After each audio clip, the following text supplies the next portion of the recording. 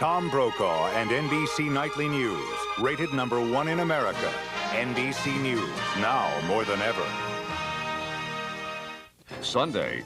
Good evening, I'm Dave Jench. And I'm Michelle Lee. Next on the 6 o'clock news, police are investigating an armed robbery that happened just over an hour ago in downtown Duluth. We'll have a live report from the scene. Douglas and Bayfield County authorities are searching at this hour for some ice anglers who may have jumped from an ice floe this afternoon. And we'll take you live to one of the Northland's most romantic hideaways. The Channel 6 o'clock news is straight ahead. You're watching KBJR. This is the Channel 6 o'clock news, your #1 choice for news at 6 p.m. Good evening. Leading our news this Valentine's Day, a daring daytime bank robbery by 2 young white men in downtown Duluth. Squad cars are prowling the area between Norwest Bank and the deck searching for suspects. Kim Steiniger is on the scene with the latest. Kim?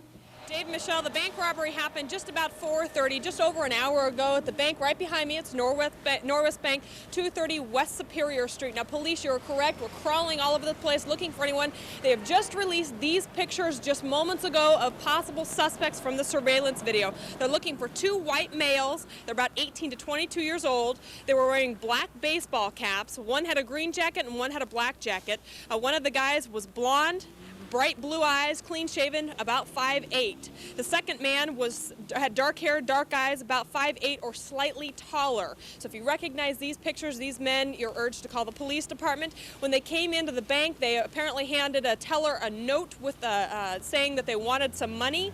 The guy had the note in the pocket. They also said they had guns, although they did not display any weapons.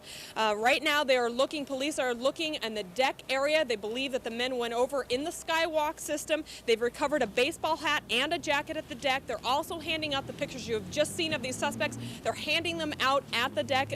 Anyone with information or might have seen these men or know these men, to give them a call. So again, a lot of people around this area. It was about 4:30 when the bank robbery occurred.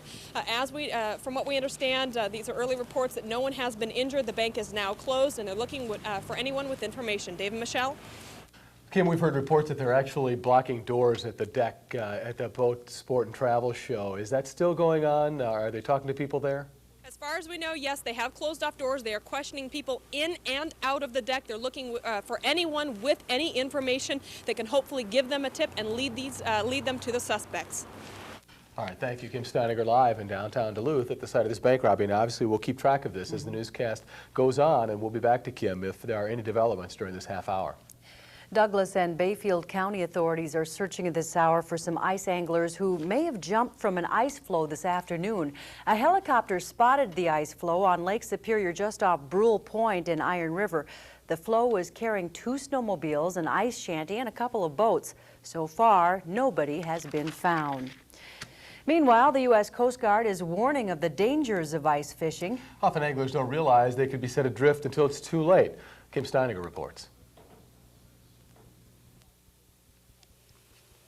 It's what some of us do every winter, spend a few weekends a year ice fishing. Well, that ice fishing can turn dangerous quickly, sending crews to the rescue. Common sense sooner or later has to prevail. You know, we can only really warn people about the hazards of this. And every year we end up going out for people on the ice that refuse to heed the warnings. That's what happened yesterday. In 2 different situations, anglers went fishing out on Lake Superior, got stuck on an ice floe and had to be rescued by the authorities. They were plucked from the ice and one group left behind their snowmobile, boat, and belongings. Today they returned to the site to perform a rescue of their own. We went out and crossed over quite a ridge where the ice came back to shore and pulled our stuff across.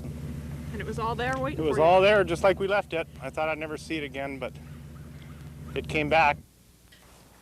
Lake Superior can be unpredictable. A wind change can cause ice to shift, leaving anglers stranded. In yesterday's case, the men didn't even know they were adrift. The wind direction can make all the difference. A south or southwest wind can be the most dangerous. It can cause ice near the shores to break off and blow out to open water. A pressure ridge, like this one behind the angler, is caused when the pressure becomes so intense the ice buckles up. Open water might be on the other side of this flow. The ice started rocking for a while there. It, kind of made me a little scared. but people will still continue to go out, ignoring warnings. Yeah. Minnesota entertainment. You know, we've seen a couple guys go way out there. I guess they're going for lake trout, but they're kind of crazy. You'd have to be to go out there, so. And you don't go out far, why not? Oh, no, my wife wouldn't let me. Well, it's safe if you push a boat out. There's no problem there. I just said people go out in the snowmobile, or if they think they can make it back in time, they can't. You got to walk out there with a boat pushed out there. You're okay. You're fine. The Coast Guard has only one safety tip for those of you who still want to ice fish on Lake Superior. Don't. Kim Steininger, Channel 6 News. The St. Louis County Sheriff's Department has never fined anyone for a rescue, but is thinking about doing so. The Coast Guard says they don't usually charge people unless it's a case of extreme negligence. Well, our near-record cold snowfall could turn to near-record flooding this spring. The potential for flooding is highest along the Red River of the north. The flood risk is moderate to high along the St. Louis River, Mississippi River, and the St. Croix River. A lot depends on the amount of precipitation and how warm the weather is over the next several weeks. Meanwhile, the Federal Emergency Management Agency has given Minnesota more than $640,000 of funding to install flood forecast warning systems around the state. One will be placed on the St. Louis River at Scanlon.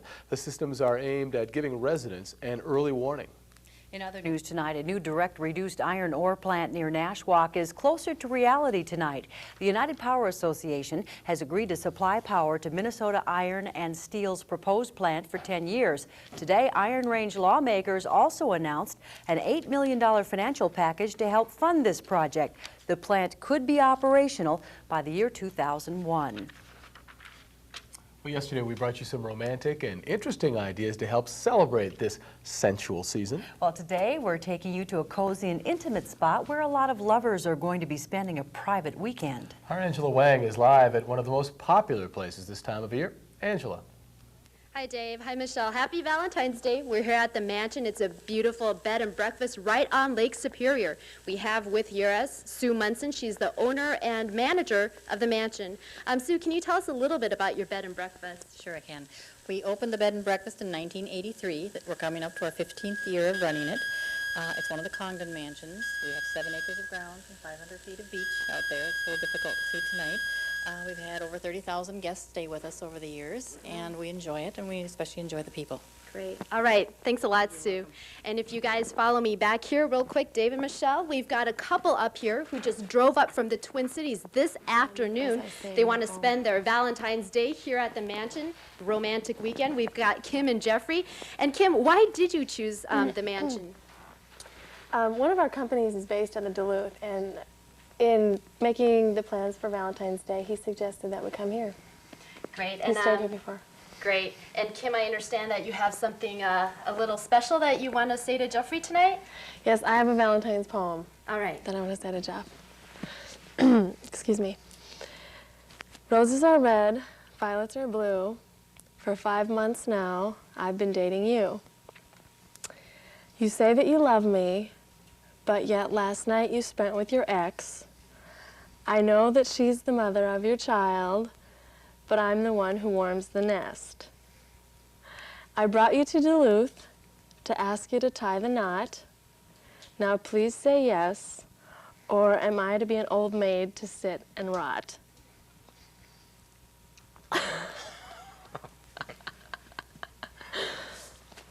Wow. At this point, I will say yes at this point in time. All right. All right. So Dave and Michelle, why don't you check back in a few minutes and back out to you now. No. Okay. Wow. I want to see the couple. I want to go back and look at this. You know, we may have to think about that and just go back out and get their reaction to this. Yeah. I don't know how to In the react. meantime, don't go away. George will have our weekend forecast. Well, and later we'll take you to a Valentine's Day celebration for, well, different kind of Valentine's celebration. Coming up when your 6 o'clock news continues.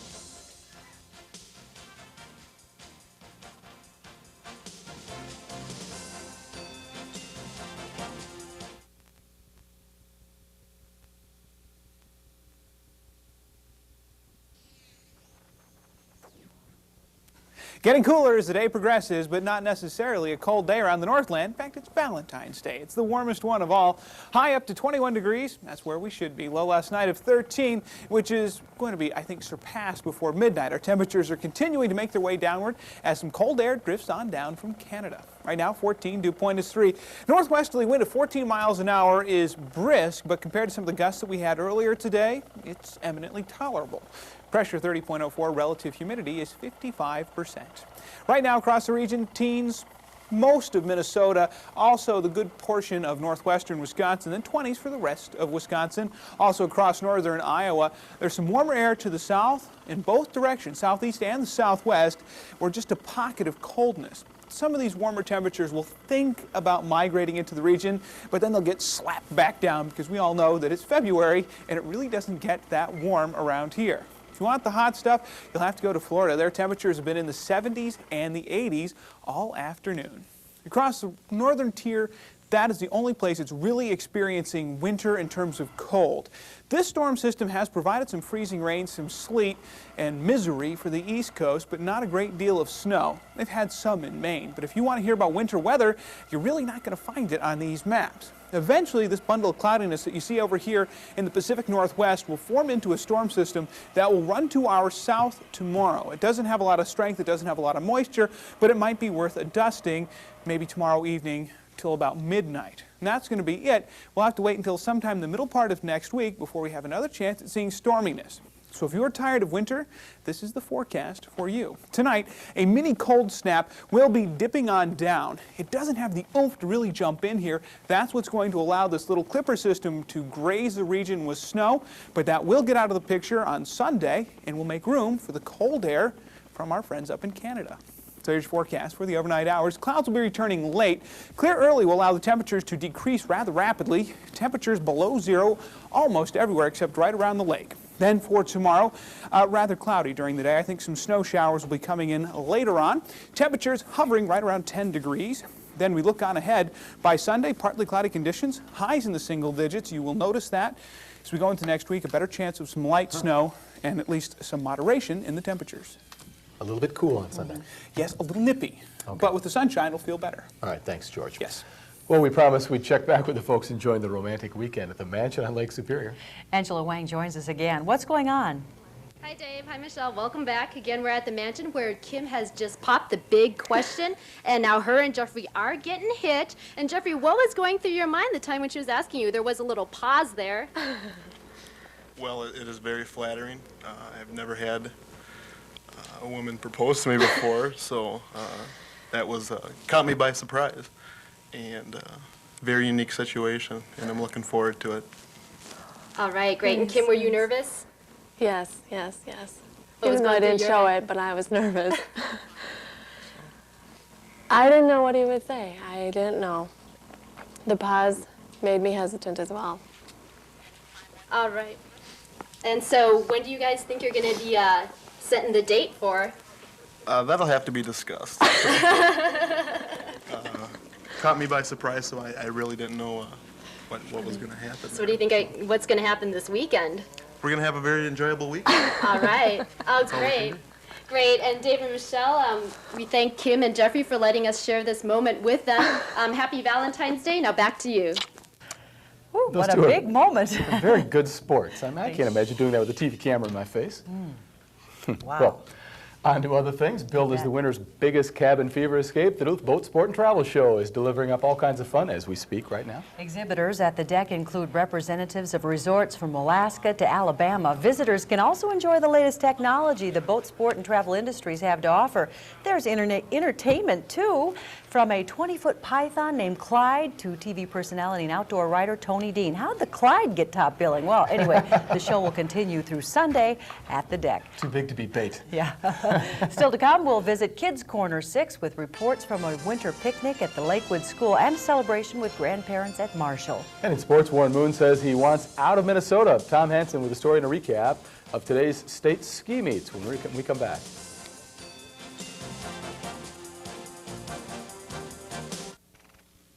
Many people think Valentine's Day is just for couples. Well, it's not. Some Duluth 5th and 6th graders had a chance to invite some very special people to spend today with them in school.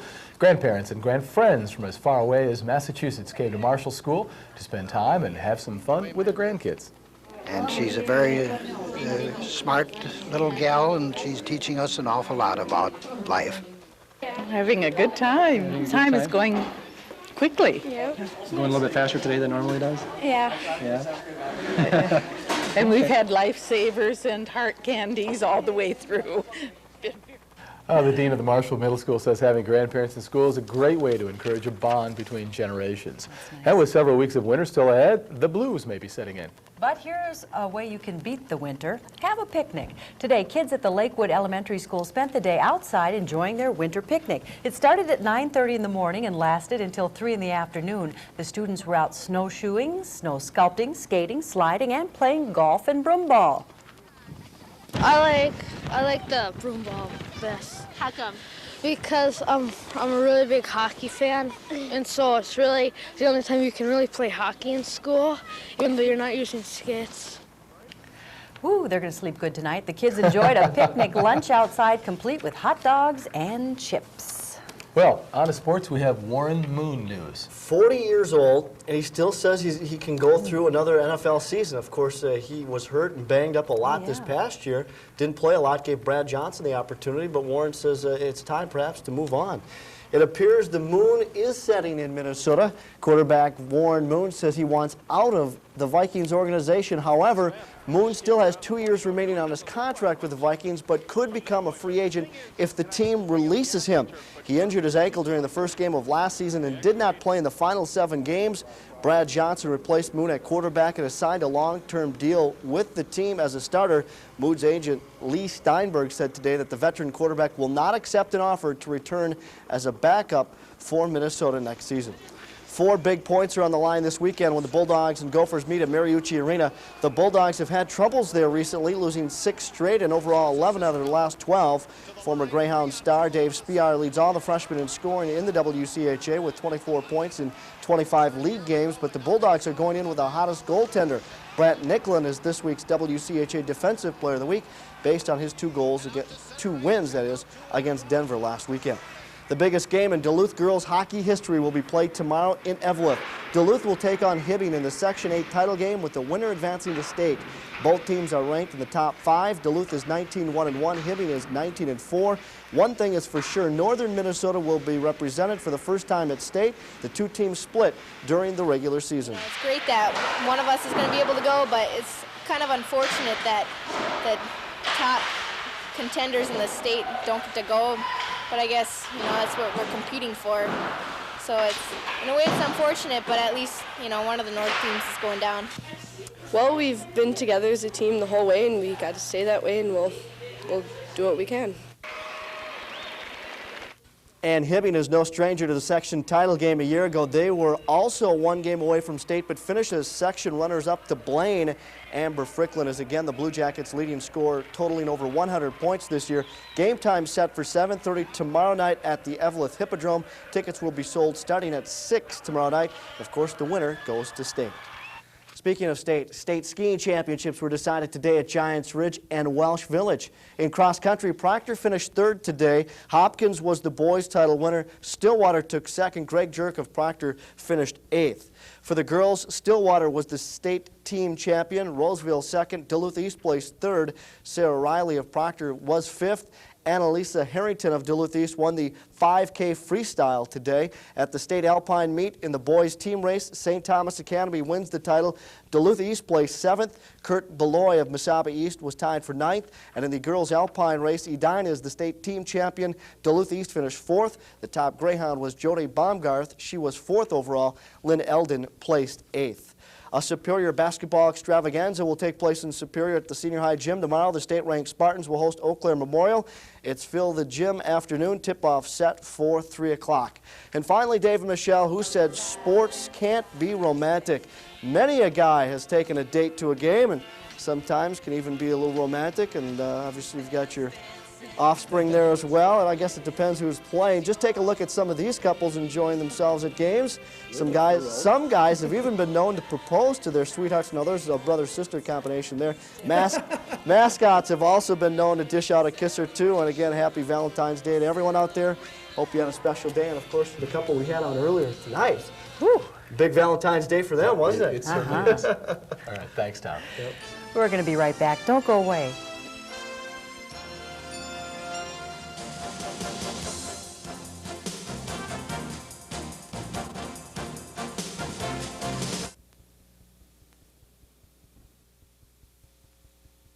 Well, finally tonight, what is the most romantic thing to do for Valentine's Day? Well, besides proposing, maybe tying the knot. And 14 nervous couples awoke this morning to say their I do's. These romantics lined up side by side as the Reverend performed the Mass ceremony at the chapel on the lake. The couples exchanged vows as their families and friends cheered from the sidelines. So for those couples, this will definitely be a Valentine's Day to remember. Pay attention, guys. Yeah. Well, thanks for joining us tonight. We hope to see you back here for Top Line News at 10. Happy Valentine's Day. Good night. Men's wardrobe provided by Mainstream Fashions for Men, downtown Duluth.